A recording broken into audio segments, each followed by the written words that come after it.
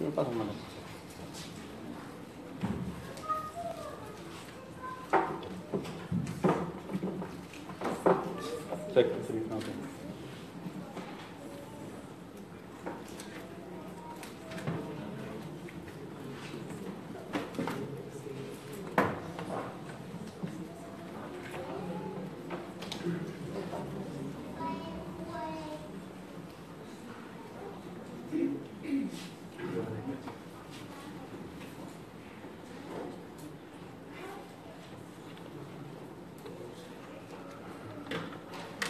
Buenas tardes, dice Iván.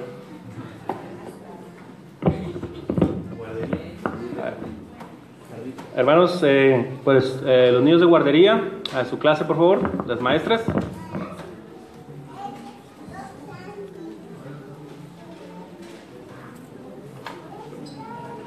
Ahí sigan a su maestra por favor.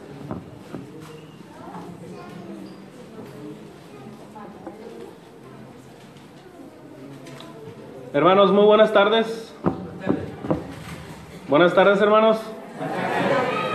Ánimo, solamente va a ser media hora. Todavía ni siquiera empieza y ya están dormidos.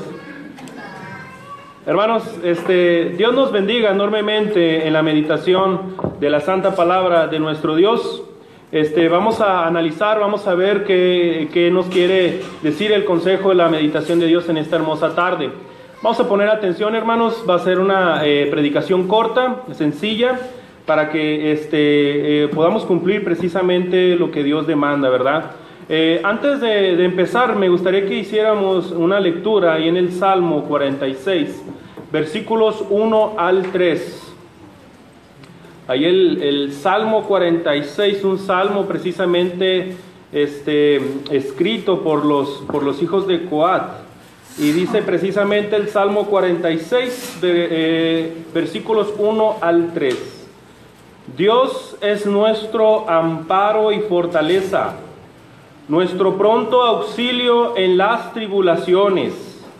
Por tanto, no temeremos, aunque la tierra sea removida y se traspasen los montes al corazón del mar, aunque bramen y se turben sus aguas, y tiemblen los montes a causa de su braveza. Esta es una figura poética, por así decirlo, el hecho de hablar de una tierra, hablar de montes, está hablando acerca de una estabilidad. Pero cuando nosotros vemos este versículo bíblico, algo nos quiere decir este salmo, y es precisamente que a pesar de los desastres naturales, nosotros como hijos de Dios no debemos de temer, ¿sí? Y es algo muy ad hoc a todo lo que está sucediendo hoy en día, porque es bien importante esta palabrita que viene al final, Sela o Selah, que significa particularmente una pausa musical. Por eso nosotros en este momento vamos a detener para analizar este aspecto acerca de los desastres naturales. Porque es un tema que está golpeando a México y que está golpeando a muchas partes de nuestro mundo. Es bien importante recordar algunos de los eventos, por ejemplo, el caso del huracán Katrina en el 2005. Es bien interesante este huracán, hermanos, porque este fue el quinto más destructivo en todos los Estados Unidos. Allí en Nueva Orleans, el 80% de toda esa población quedó cubierta de agua. Y 1.2 millones estuvieron evacuados desde Florida hasta este estado, hasta esta ciudad. Hubo 81 mil millones de dólares en pérdidas. Fue una destrucción totalmente tremenda, ¿verdad? Hay otro ejemplo de destrucción y es precisamente el terremoto en Chile en el 2010. Ese terremoto azotó precisamente ese país con 8 grados en la escala de Richter. Duró 4 minutos ese terremoto en Chile, pero sobre todo 35 minutos después llegó un tsunami, ¿verdad? Ahí podemos ver un barco que estaba dentro de la misma ciudad, ¿no? Otro de los eventos más o catástrofes que pueden suceder en nuestro mundo es precisamente los famosos tsunamis. Y uno de los más poderosos y más tremendos fue el tsunami del Océano Índico en el 2004, aquel tsunami que golpeó aquellas partes de Indonesia, Tailandia, India, Sri Lanka, todas esas zonas que precisamente la gente no se los esperaba, aquel 26 de diciembre del 2004. Precisamente esto lo generó un maremoto.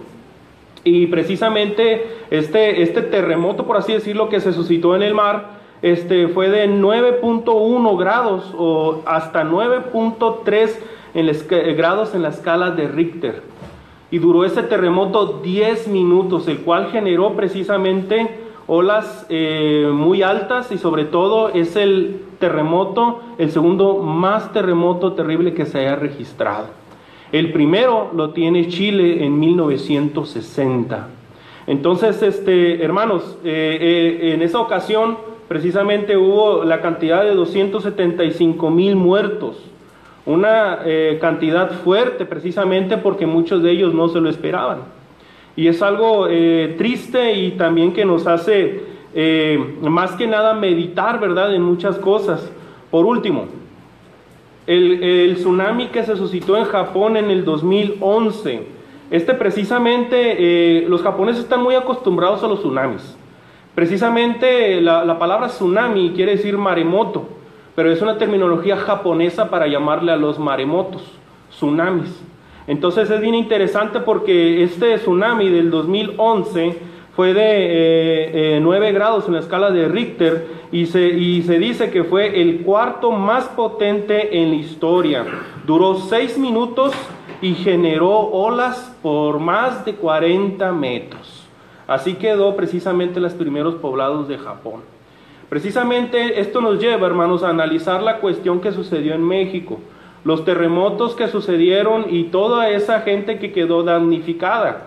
Y cuando sucede todas estas cosas, siempre surge la pregunta, y siempre va a surgir la pregunta, ¿por qué Dios permite los desastres naturales? Y yo creo que es una pregunta apropiada para poder utilizarla en esta tarde y darle respuesta a esta. ¿Por qué Dios permite los desastres naturales? Yo le invito que en esta tarde hagamos 3 consideraciones al respecto, para ver qué tan cierta es esa pregunta. Vamos a hacer 3 consideraciones. La primera de ellas es la siguiente. En el principio, hermanos, Dios creó un planeta perfecto. Ahora, este planeta es defectuoso. Pero vamos a fundamentar esto con Biblia. Nosotros sabemos que fueron 7 días en la creación y que en el séptimo nuestro Dios reposó. Pero fíjese muy bien cómo dice Génesis capítulo 1, versículo 31. Y vio Dios todo lo que había hecho, y he aquí que era bueno en gran manera. Todo lo que había hecho Dios en esos 7 días, particularmente esos 6, porque el séptimo reposó, lo había hecho tan bueno, sin defectos, tan completo, tan perfecto. No había fallas en ese momento, hermanos, de la creación. Pero capítulos posteriores, nota muy bien cómo dice el capítulo 3, versículos 17 y 18, ya después de que habían cometido, cómo Eva había sido manipulada por aquella serpiente, por Satanás. Precisamente, hermanos, viene lo que nos dice ahí en Génesis 3, 17 y 18. Y al hombre dijo: por cuanto obedeciste a la voz de tu mujer y comiste del árbol de que te mandé diciendo, no comerás de él, maldita será la tierra por tu causa, con dolor comerás de ella todos los días de tu vida, espinos y cardos te producirá, y comerás plantas del campo. Dice la palabra de Dios: maldita será la tierra por tu causa. Y luego en el 18 nos revelas que las plantas iban a tener espinos y cardos. Tengo entendido que cuando las plantas empiezan a generar espinas es por una defensa natural que ellas están creando, por la amenaza que iba a existir o que existe en el mundo. La tierra está maldita, hermanos. La misma naturaleza empezó a crear mecanismos de defensa por ese peligro que existe. En Romanos capítulo 8, versículos 20 al 22, dice claramente que la creación fue sujeta a vanidad. Es decir, que perdió su objetivo, su razón de ser. Su objetivo iba a ser vacío, porque el primer objetivo era que fuera un lugar perfecto para el ser humano. Pero por causa del pecado, precisamente perdió todo objetivo que tenía. Luego dice en el versículo 21, dice que la creación está esclavizada en corrupción. Y no solamente eso, dice que la creación gime como si tuviera dolores de parto. Como si el planeta tiene vida. El planeta está lamentando por todas las cosas que estamos haciendo. Hermanos, esto es bien interesante analizarlo, porque aparentemente las cosas se han deteriorado rápidamente. Solo 3 capítulos después, Moisés escribió lo siguiente. Allí en Génesis capítulo 6, versículos del 5 al 7, fíjese muy bien cómo dice la palabra de Dios. Y vio Jehová que la maldad de los hombres era mucha en la tierra, y todo designio de los pensamientos del corazón de ellos era de continuo solamente el mal. Y se arrepintió Jehová de haber hecho hombre en la tierra, y le dolió en su corazón. Fíjese cómo dice el versículo 7. Y dijo Jehová: raeré de sobre la faz de la tierra a los hombres que he creado, desde el hombre hasta la bestia, y hasta el reptil y las aves del cielo, pues me arrepiento de haberlos hecho. Vi a venir unos cambios bien interesantes en el mundo. Porque en Génesis 6:8, del capítulo 6 al 8, se registra la destrucción global resultante precisamente del gran diluvio, enviado por Dios como un instrumento de justicia o de juicio. El texto indica que las aguas que causaron el diluvio se originaron de 2 fuentes distintas. Primero, las fuentes del gran abismo y las cataratas de los cielos, según Génesis 7:11. ¿Cómo fueron, hermanos, entonces las condiciones de tierra anteriores del gran diluvio? Bueno, hay numerosos estudiosos de la Biblia que han sugerido que las condiciones fueron radicalmente diferentes a aquellas que vemos hoy en día.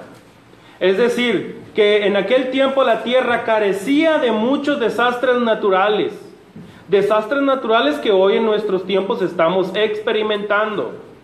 Fíjese muy bien cómo dice el comentario de un hermano, precisamente. Ahí está la fuente del libro que escribió, The Genesis Flood, quiere decir la inundación del Génesis.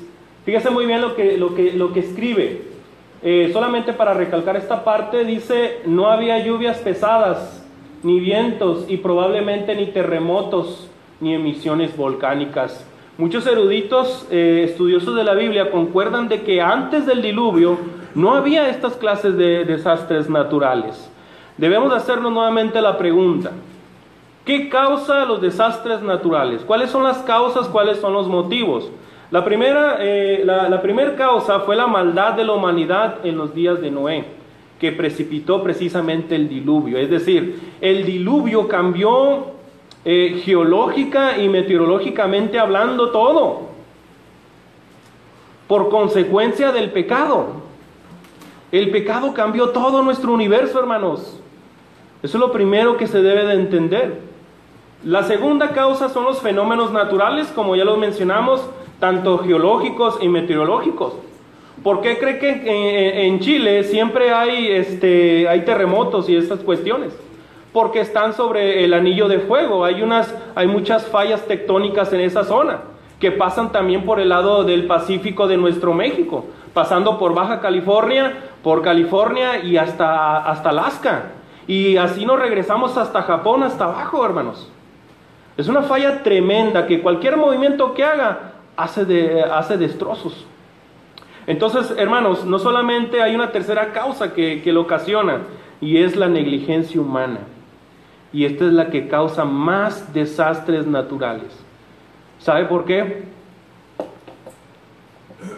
Lo que sucedió en el colegio Repsamen. No había necesidad de construir 4 pisos, hermanos. Tenían permiso solamente para construir 2 pisos. y los de ahí construyeron hasta cuarto y luego pusieron un jacuzzi arriba. O sea, la negligencia, esos niños tenían que haber perecido, pero por la ambición de algunas personas, o porque ya ve que en la cultura mexicana a veces hacemos chicanadas o tratamos de sacarle más provecho a lo que se puede cuando ya no se puede, pues sucede estas tragedias, por no hacer las cosas bien, por no hacer las cosas legales como son. Por eso sucedió esa desgracia ahí. Hermanos, hay muchas cosas que podemos decir al respecto, pero ¿sobre quién deberíamos cargar la culpa entonces por el sufrimiento resultante de tal clima? ¿Es justo acusar a Dios cuando Él creó el hogar del hombre libre de tales cosas? Yo digo que no. No es justo acusar a Dios por esto. Efectivamente, hermanos, Dios permite esto, porque Él puede detenerlo si quiere, pero también nosotros tenemos la libre elección. Y así como tenemos la libre elección, también tenemos la libertad de estar en su voluntad. Y esto es bien importante que lo entendamos, porque nos va a ayudar a entender lo siguiente. ¿Por qué Dios permite los desastres naturales? Hagamos otra consideración al respecto, hermanos. La segunda consideración es acerca de la vigencia de la soberanía de Dios. La soberanía de Dios, hermanos, está más vigente que nunca.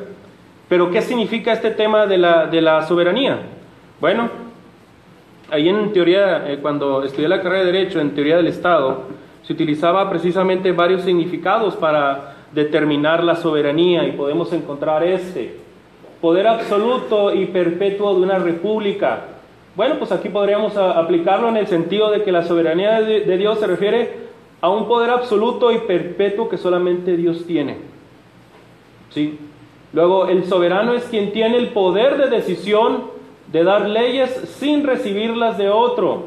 Es decir, aquel que no está sujeto a leyes escritas, pero sí a la ley divina o natural.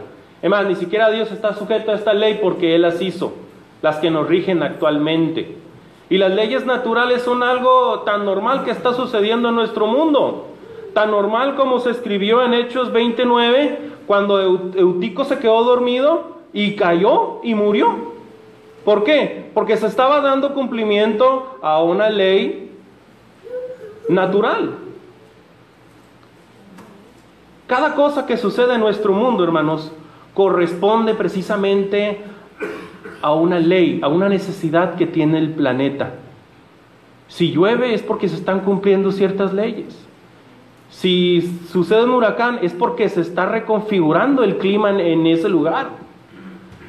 Es porque es necesario que se haga. Hermanos, es bien importante entender la soberanía de Dios, porque también la Biblia menciona algo al respecto. Daniel 4:35 dice la palabra de Dios. Yo creo que es el versículo que más claramente habla acerca de la soberanía. Hay muchos textos bíblicos, pero este me gustó. Dice Daniel 4:35: todos los habitantes de la tierra son considerados como nada, y Él hace su voluntad, en el ejército del cielo y en los habitantes de la tierra, y no hay quien detenga su mano y le diga: ¿qué haces? Dios, nuestro Dios, tiene una absoluta autoridad sobre todas las cosas. Y esta soberanía se demuestra precisamente, hermanos, en su nombre en el Antiguo y en el Nuevo Testamento. En el Antiguo Testamento a Dios se le llamaba Adonai, y significa aquel que tiene control absoluto. O de otra forma, también como se le llamaba, soberano Señor. En el Nuevo Testamento se utiliza la palabra déspotes, y esta palabra significa uno que tiene el poder o la autoridad total sobre otro. La soberanía de Dios se demuestra en sus atributos divinos: omnisciencia, omnipresencia, omnibenevolencia, entre otras cualidades que solamente nuestro Dios tiene. Otra cosa que demuestra la soberanía de Dios es su inmutabilidad. Él no cambia, Él no varía. Otra cosa que demuestra su soberanía es su señorío en todas las cosas, pero sobre todo en su control divino. Él tiene control precisamente, hermanos, sobre los gobiernos de la tierra. Él tiene el control del tiempo de vida de las personas. Él tiene precisamente el control, hermanos, inclusive el tiempo de vida de los pajaritos. Ahí lo dice Mateo 10:29. Dios tiene el control hasta de lo más pequeño. Ahí en Mateo 10:31 nos dice que Él tiene contado hasta todos nuestros cabellos, dice. A excepción de aquellos hermanos, pues que ya se quedaron sin. Pero la verdad de todo esto, hermanos, es que Dios tiene contadito todo. ¿Por qué? Porque Él es el soberano del universo. No hay nadie en quien lo mande a Él. Él gobierna absolutamente todo. Y todo lo que sucede, hermanos, a inclusive los desastres naturales, Dios tiene conocimiento de ello. Dice el Salmo 24:1, de Jehová es la tierra y su plenitud, el mundo y los que en él habitan. Dios es dueño de todo y su soberanía es sobre la tierra, sobre los animales, sobre todos los habitantes del mundo, sobre la voluntad de los hombres, Apocalipsis 17:17, sobre la maldad, sobre los espíritus inmundos, sobre el engaño, sobre las enfermedades y sobre los desastres naturales. Dios es soberano sobre los desastres naturales. Fíjese cómo dice Amós 3:6 y 7. ¿Se tocará la trompeta en la ciudad y no se alborotará el pueblo? ¿Habrá algún mal en la ciudad del cual Jehová no haya hecho? Porque no hará nada Jehová el Señor sin que revele su secreto a sus siervos los profetas. Él sabe muy bien qué está sucediendo en el planeta, hermanos. Él tiene pleno conocimiento de él, inclusive sabe qué cosas está padeciendo usted y qué cosas estoy padeciendo yo. Sobre la soberanía, sobre la vigencia, es decir, algo que está en vigor, que es la soberanía y el poder de nuestro Dios, algo que para poder entender este tema, es que cuando en Apocalipsis, hermanos, se nos está hablando acerca del rollo, de aquel rollo que tenía 7 sellos, el cual tenía precisamente Dios, cuando Juan el apóstol mira a ese ser sentado en ese trono que tenía ese rollo, no había nadie que lo pudiese abrir. Solamente había uno que podía abrir ese rollo y ese alguien era Jesucristo. Cuando nosotros se empieza a analizar el tema con el hermano Jesús acerca de los rollos, porque los rollos vienen a revelar el contenido de... Cuando se empiezan a abrir estos rollos, precisamente, simbólicamente, cada uno de ellos viene a simbolizar una cosa. Así de manera sucinta lo voy a mencionar. El primer sello, el Evangelio. El segundo sello, la sangre y la guerra. El tercer sello, problemas económicos. El cuarto sello, la muerte y el Hades. Quinto sello, la vida sacrificada de los santos. El sexto sello, el gran día de la ira. Y el séptimo sello va a venir a abrir las 7 trompetas. Las trompetas, hermanos, precisamente vienen a advertir.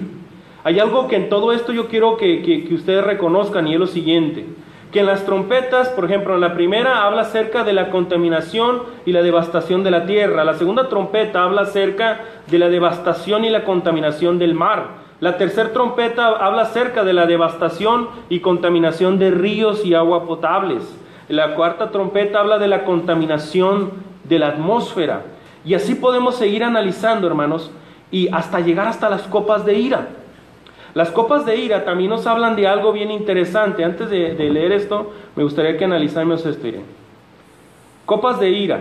La primera se derramó sobre la tierra. Esto significa el dolor que van a sufrir los habitantes. Hay mucho simbolismo en esto, pero que en este momento no lo vamos a analizar. La segunda sobre el mar. La tercera sobre las aguas de la tierra. La cuarta sobre el sol.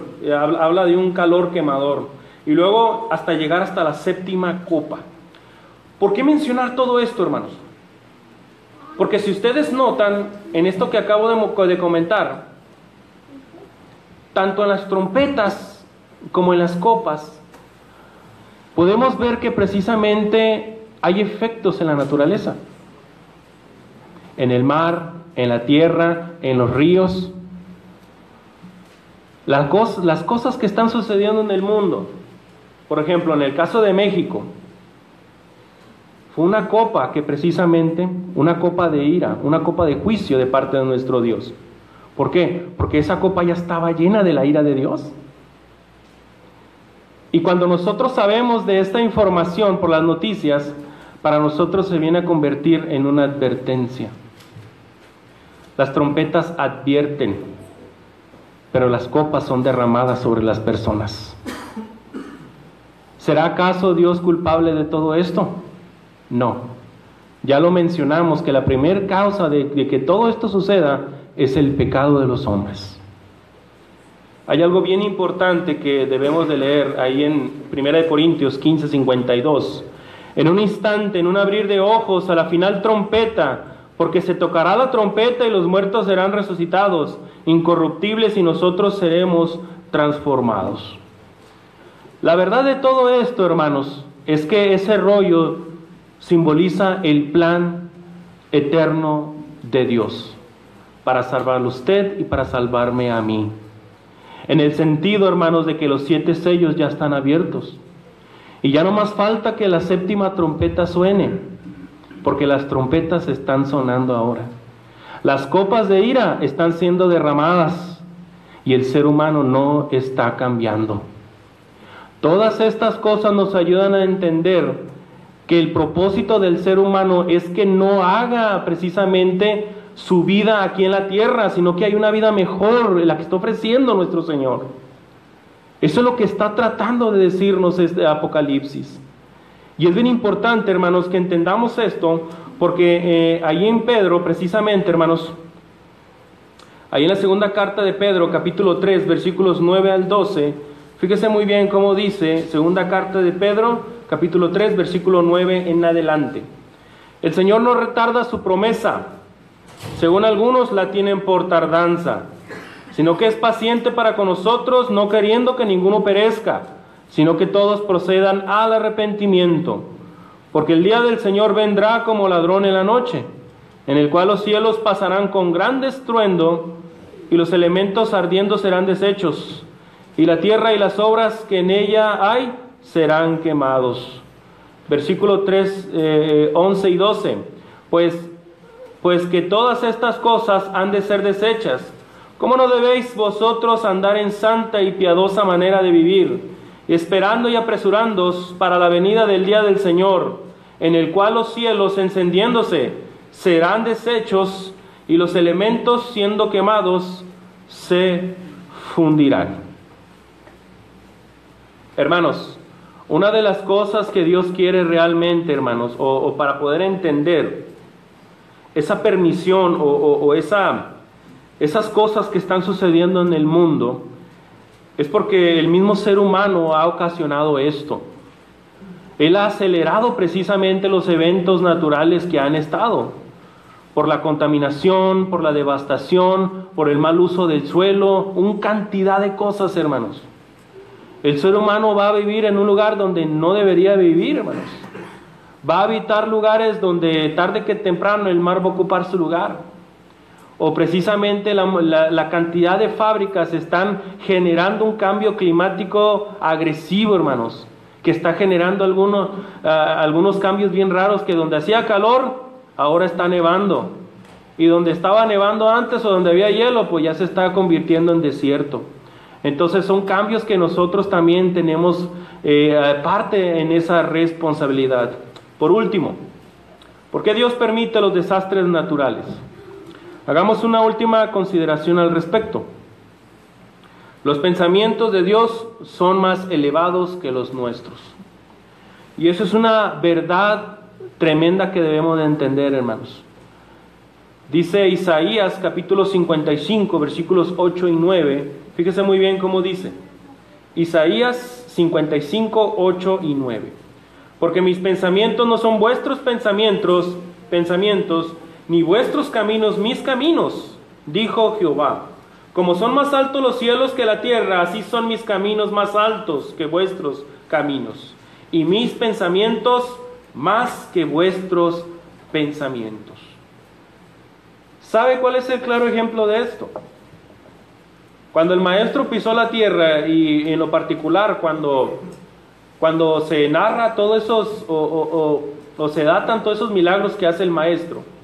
Convirtió el agua en vino, sanó a cojos, levantó a paralíticos, le regresó la vista a los ciegos, sanó a personas muy enfermas.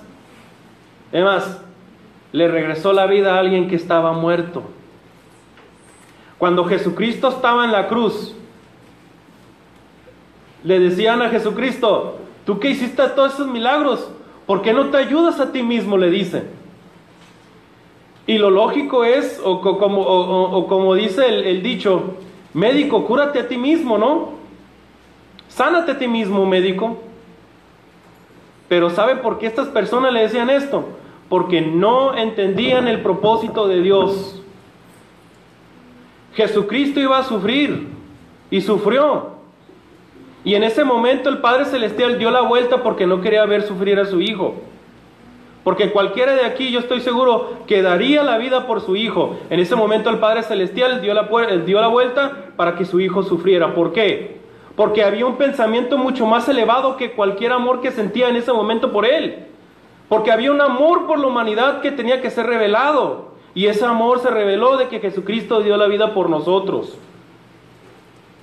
Por eso el pensamiento de Dios siempre va a ser mucho más elevado que el de nosotros. Entonces, hermanos, ¿por qué Dios permite los desastres naturales? ¿Por qué Dios permite las tragedias? ¿Por qué Dios permite el sufrimiento? ¿Por qué Dios permite la adversidad?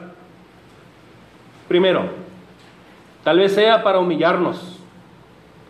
Tal vez sea para sensibilizarnos. No lo sabemos. Pero la verdad de todo esto, hermanos, es que a raíz de las tragedias, de los desastres, de la enfermedad, hay un propósito que Dios puede utilizar ahí a favor nuestro. A veces, no sé si Dios está en la diatriba de ¿cómo le hago manita de coche a este para que entienda? Para que agarre la onda, como se dice llanamente. Dios utiliza estas cosas para humillarnos, hermanos, para sensibilizarnos. Y yo creo que en el caso de nuestra nación se vio claramente de cómo gran cantidad de gente de los diferentes estados en México apoyaron esta devastación allá en el centro de México y sur. Todos salimos al quite, hermanos, y todos estamos orgullosos de nuestra nación, porque la nación se sensibilizó con esa situación. Esperemos que también sea un momento apropiado para acercarse también a Dios, y que nada en esta vida es seguro, porque la única fortaleza y garantía y amparo que tenemos la vamos a encontrar en nuestro Señor Jesucristo. ¿Para qué se utilizan las tragedias, los desastres naturales y cantidad de cosas que padecemos? Para probarnos, como le sucedió a Job. También se utilizan para que reajustemos nuestras prioridades, para disciplinarnos, para que crezcamos y maduremos, para prepararnos para futuras bendiciones o para que su gloria sea evidente en nosotros. Y esto es algo bien importante que debemos de entender, hermanos, porque lo dice claramente Romanos 8:28, y sabemos que a los que aman a Dios, todas las cosas le ayudan a bien. Todas. Enfermedades, desastres, vicisitudes, problemas. De un cántaro roto, hermanos, Dios puede hacer una obra maestra. Por eso es tan importante entender el propósito del por qué padecemos todo esto. Entender la soberanía de Dios es ayudarnos a entender que Él está al pendiente de todo lo que está sucediendo. ¿Recuerdan cuando en aquella ocasión les predicaba acerca de cómo en los evangelios dicen que cuando Jesucristo terminó su obra redentora en la tierra, Él subió a los cielos y se sentó a la diestra de Dios? Y cuando Esteban estaba siendo apedreado, él dice: veo el cielo y al Hijo del Hombre levantado, parado. O sea, ya no estaba sentado, estaba levantado. ¿Qué es lo que estaba viendo Jesucristo? No lo sabemos, probablemente estaba viendo su sufrimiento, Probablemente estaba diciendo Jesucristo, estoy tomando nota de lo que te está pasando. ¿Intervino Dios en ese momento? No. Dejó que las cosas siguieran su curso. Hermanos, esto es bien importante entender, hermanos, porque hasta que no nos azote este tipo de cuestiones, es precisamente cuando nos hacemos la pregunta de que ¿dónde está Dios? Y toda esta clase de cuestiones que a veces nos pueden hacer dudar al cristiano. Pero es bien importante que nosotros entendamos que en un principio el concepto de Dios o la idea de Dios no era tener un mundo defectuoso, sino más bien un mundo perfecto, de gozo y de paz. Lo que se está viviendo hoy, ese no era el pensamiento de Dios, esa no era la idea de Dios, pero el pecado lo corrompió. Es bien importante entender que en estas cuestiones, hermanos, entendamos también la soberanía de Dios, de que Dios, el poder absoluto de nuestro Dios, su supremacía, su soberana deidad, siempre está al pendiente de nosotros, por más mal que esté el día. Y otra cosa que debes saber también, que los pensamientos de Dios son más elevados que los nuestros, y más especialmente cuando nosotros somos hijos de Dios. Cualquier cosa, hermano, nos va a ayudar para crecer. Cualquier cosa nos va a ayudar ¿para qué? Para poder madurar. Y es bien importante que este mensaje lo entendamos, porque pueden suscitarse un montón de confusiones al respecto. Y lo importante de todo esto es que mantengamos la fe firme a pesar de que las montañas se muevan al corazón del mar. Como lo dice el Salmo, no temeremos. ¿Por qué? Porque Dios es nuestro amparo y porque Dios es nuestra fortaleza. Que Dios les bendiga, mis hermanos.